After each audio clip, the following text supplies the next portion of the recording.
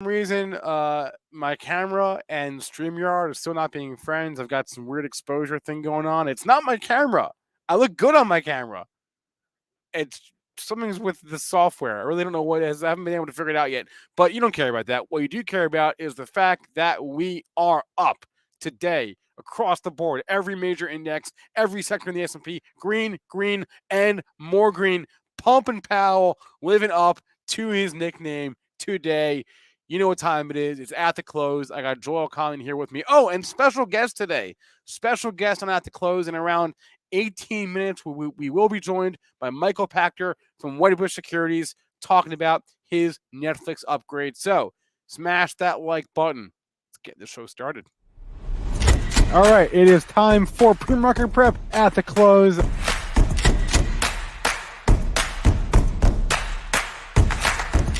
3 consecutive highs, opened, matched yesterday's low, and then once it took out there, that's all the breakout momentum traders needed.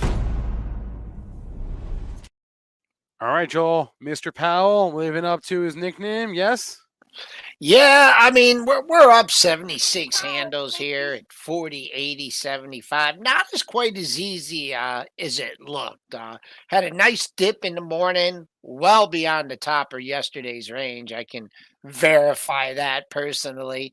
Down to 29.75. They ran it up, made a new high, brought it back down during Powell. But all we care is about the net, baby. And the net is up 79 and a quarter handles, 40.84. Kind of a reversal in the crude oil market. You were trading in the 115 handle, now down a $1.74 at 112.46. Gold, that's given back $20 worth of gains, now up only 70 cents at 18.1470. Silver, just quiet range, up 8 cents at 21.64.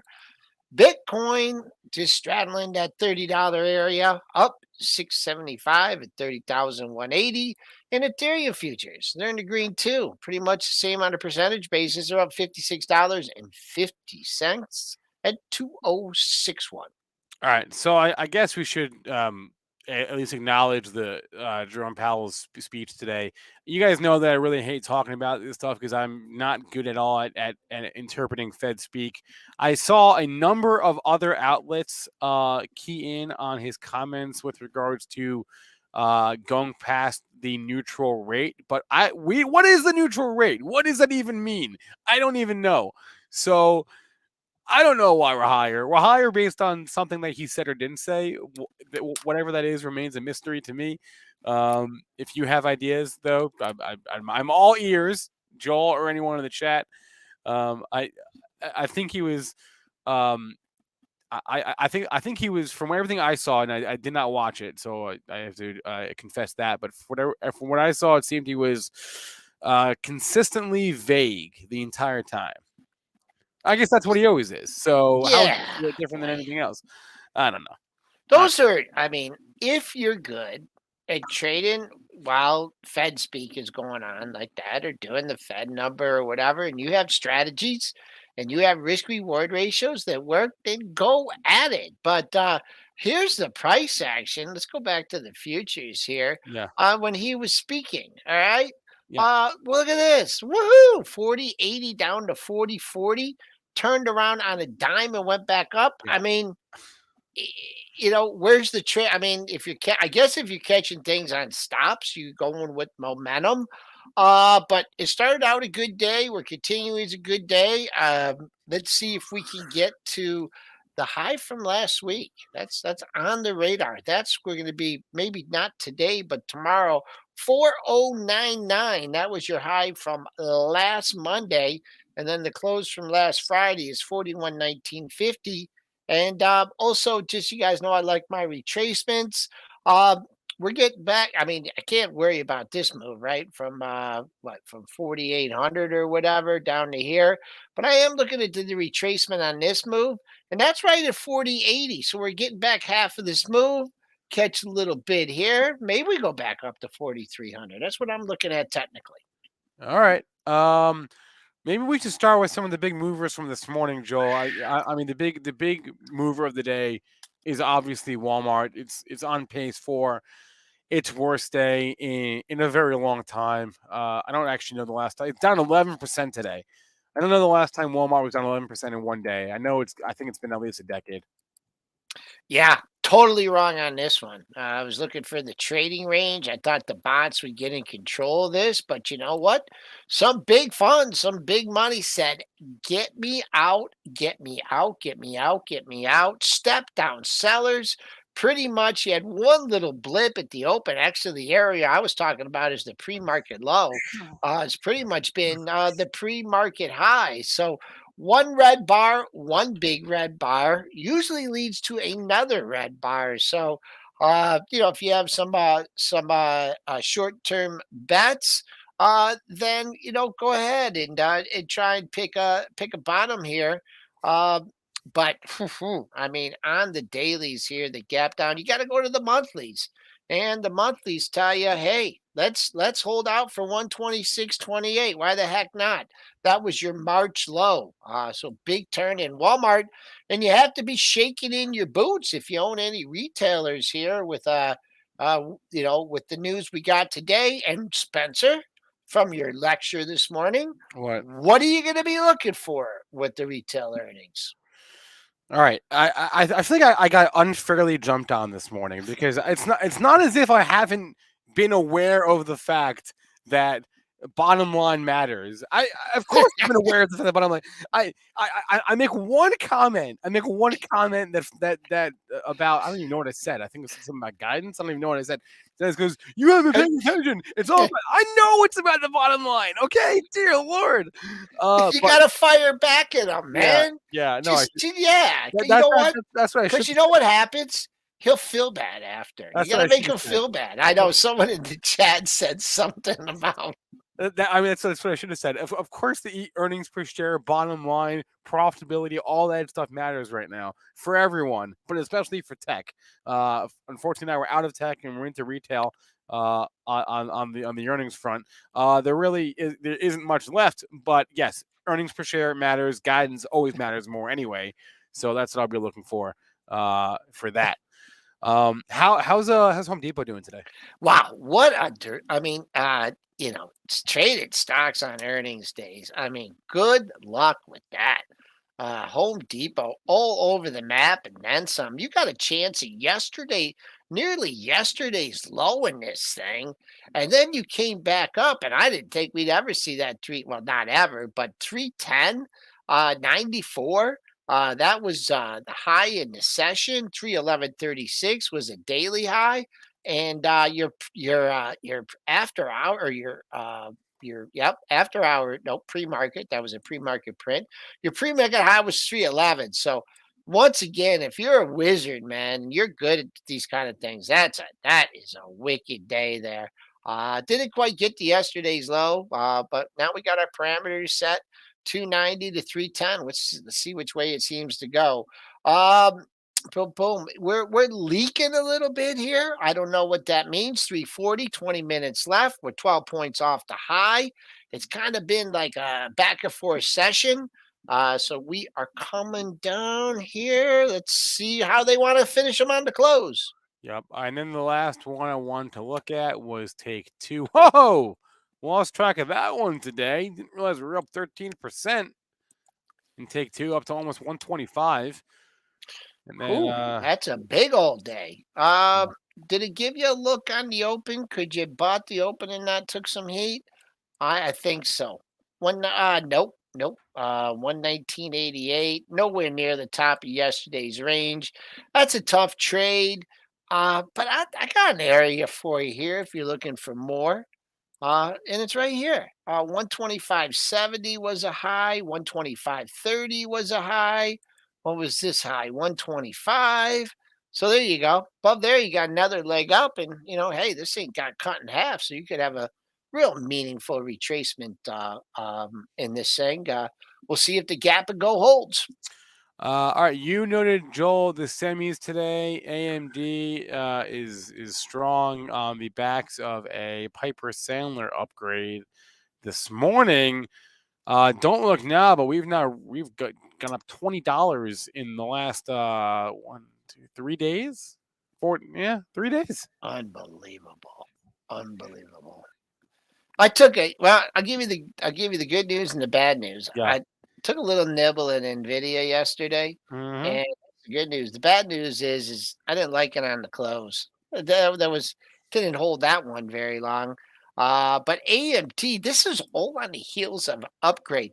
I'm not buying it here. I am not buying this thing up $8 on a Piper Sandler upgrade. I don't care what you say.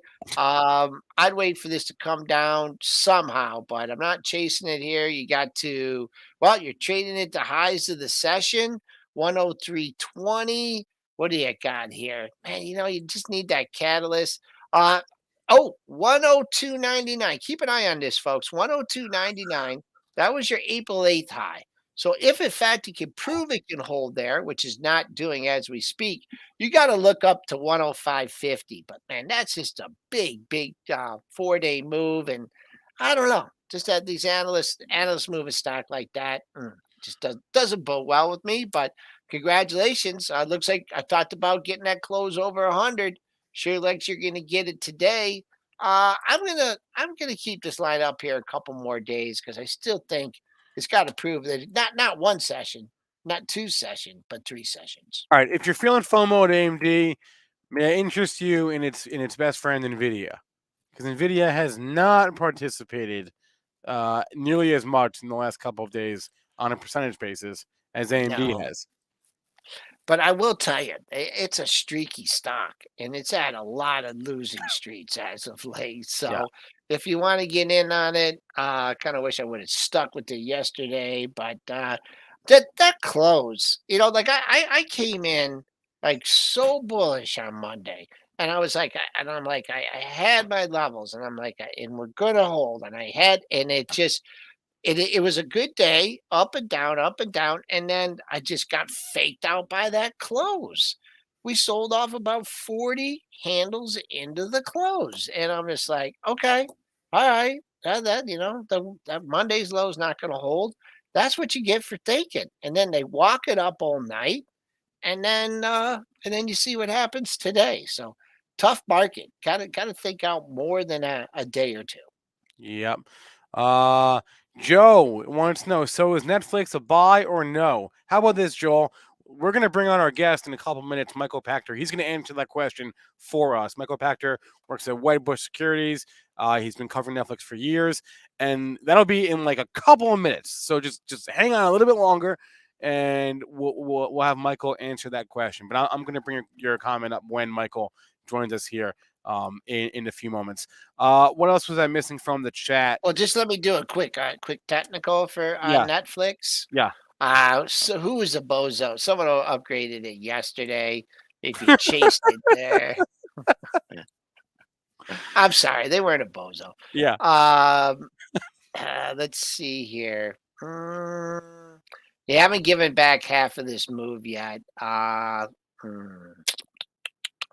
would have said today, if you were looking to get in, I would have said 86.51 because that was the close yesterday. And you got it. So I don't know. Don't have a good level for you now. All right. You know what?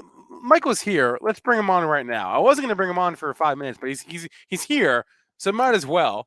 Michael Pachter, senior equity analyst at Wedbush Securities, joining us now on At the Close. Mr. Pachter, good afternoon. Bozo, Elconin, and Spencer. How are you guys? How are we doing today? I'm good. Who called me Bozo? I've never seen you guys in the daylight.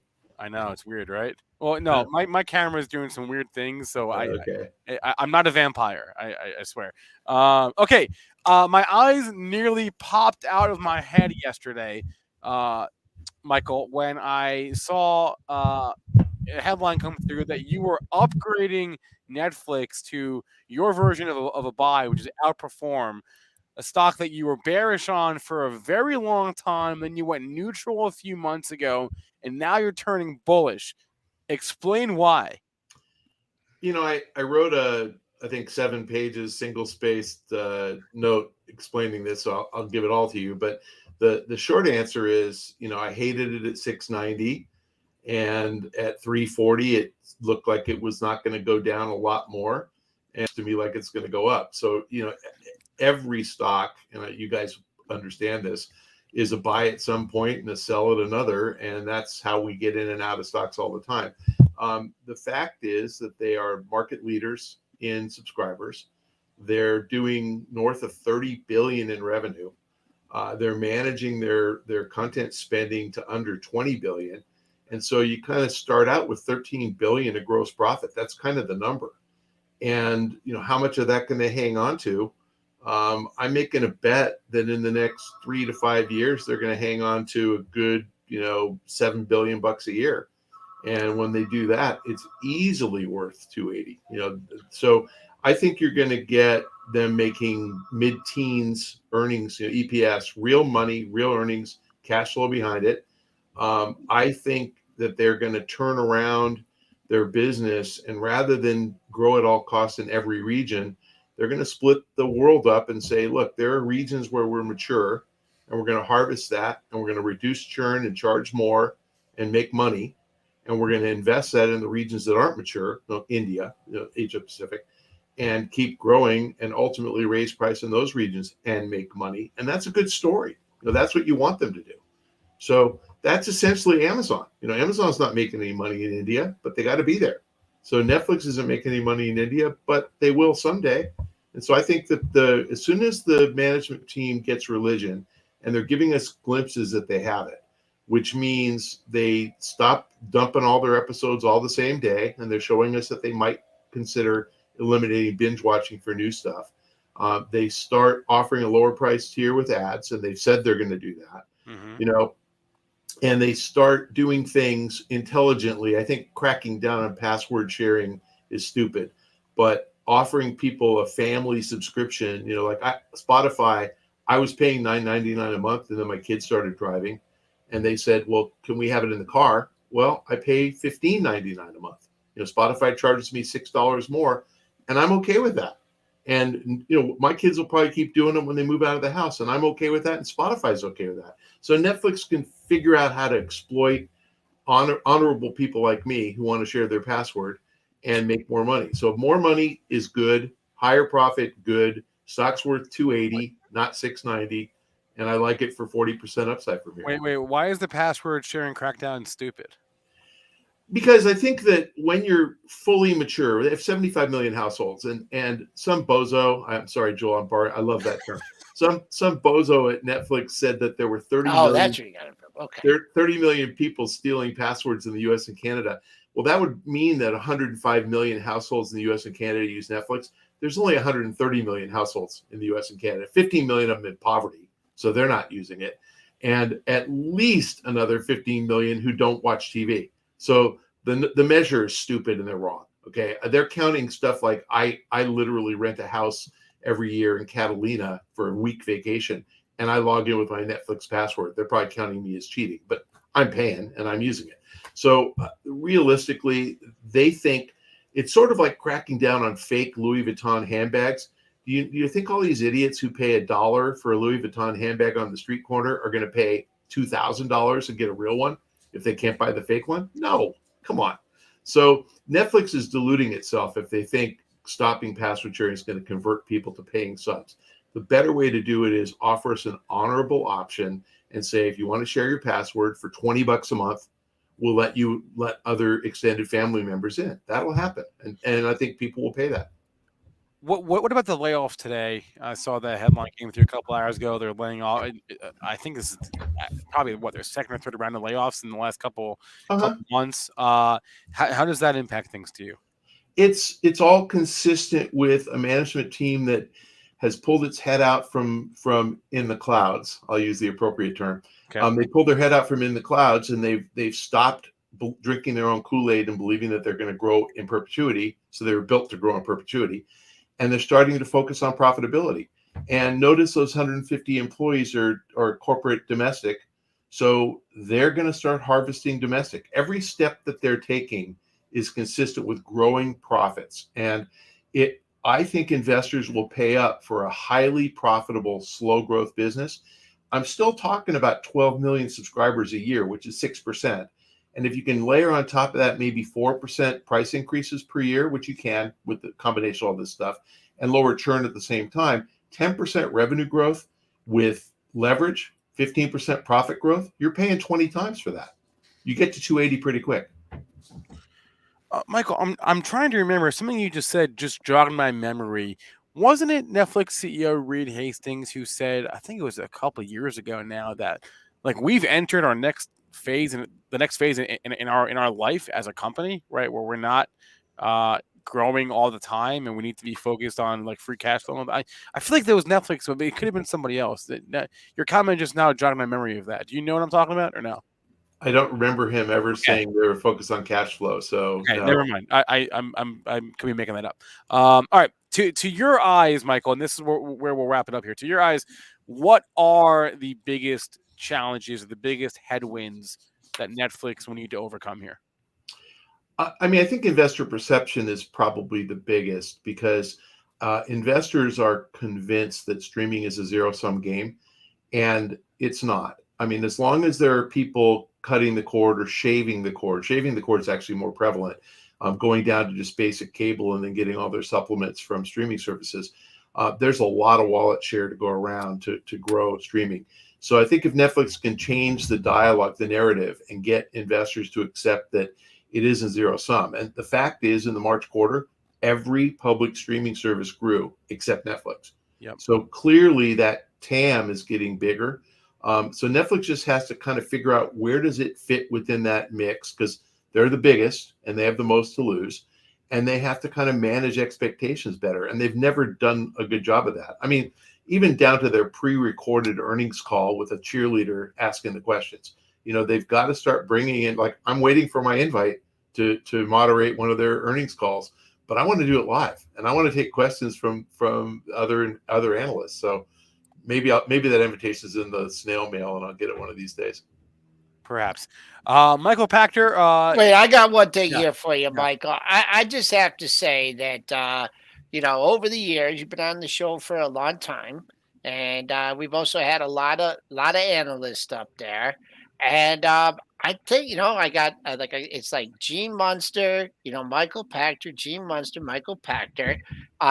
The thing with you is that you also go bear stocks. Gene doesn't do that. He'll back off, but I just think that if anything, that what people should learn is that you have to look both ways in this market. And you had one position for the longest time, and you stuck with it, and you took the heat, and then it came down. And I just think it's people should take note of that. That you had a position one for a long time.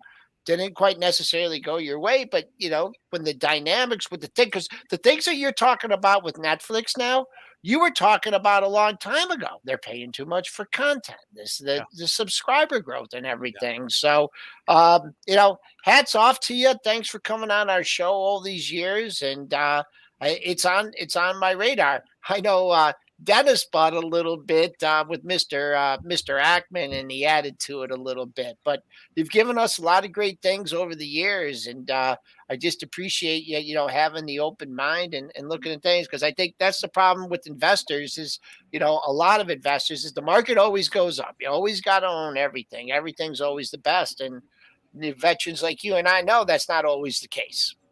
Well, Joel, you're very kind. I appreciate the kind words. I'm happy to be here as often as you invite me.